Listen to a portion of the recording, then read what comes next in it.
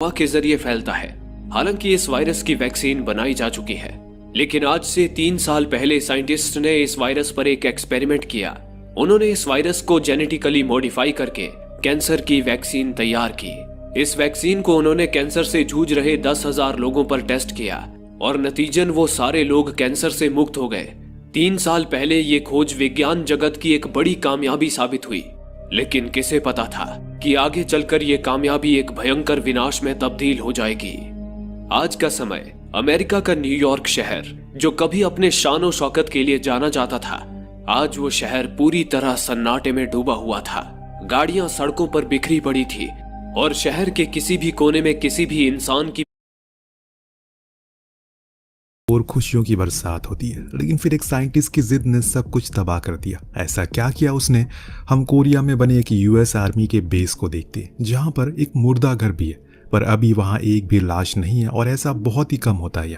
Senior doctor अपने assistant को एक टॉक्सिक केमिकल देता है और कहता है कि इसे सिंक में बहा दो। जो सुन वो थोड़ा हैरान होता है। उनके सिंक का पानी सीधा हान नदी में जाता है, तो अगर वो इस केमिकल को उसमें डालेंगे तो हान नदी में पलने वाले सारे समुद्री जीव मारे जाएंगे।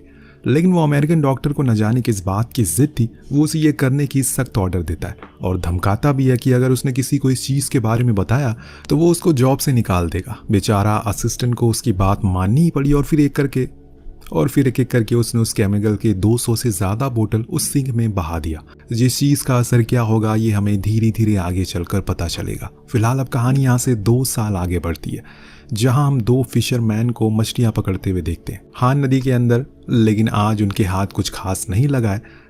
दोनों आपस में बातें करते हैं। पिछले कुछ सालों में मछलियों की पैदावार में काफी गिरावट आई है। इतने में इन्हें कुछ अजीब सी चीज दिखाई देती है, जिसको वो आदमी उठा लेता है और अपने साथी को दिखाता है। ये जीव जैसा कुछ था, पर इसके 4 हाथ पैर थे, जो इन छोटी नदियों में नहीं पाए जाते। इससे ज्यादा वो कुछ और समझ पाते कि वो जीव अचानक कूदकर नदी में चला गया और पलक झपकते गायब हो गया। सीन अब 4 साल बाद शिफ्ट होता है, जहां हम एक बिजनेसमैन को हाम नदी में कूदकर खुद की जान देते हुए देखते हैं। न जाने कौन सी परेशानी रही होगी जो खुद को खत्म करने का फैसला उसने किया।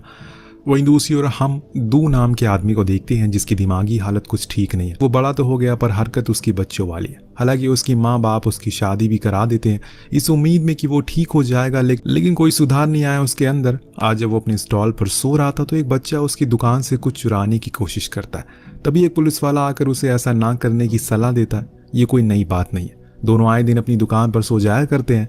जब उसकी बेटी सॉन्ग स्कूल से लौट कर आती है तो फौरन टीवी के सामने बैठ गई। उनकी बहन नैन्सी का ओलंपिक गेम है, जिसके लिए उसने बहुत मेहनत करी है।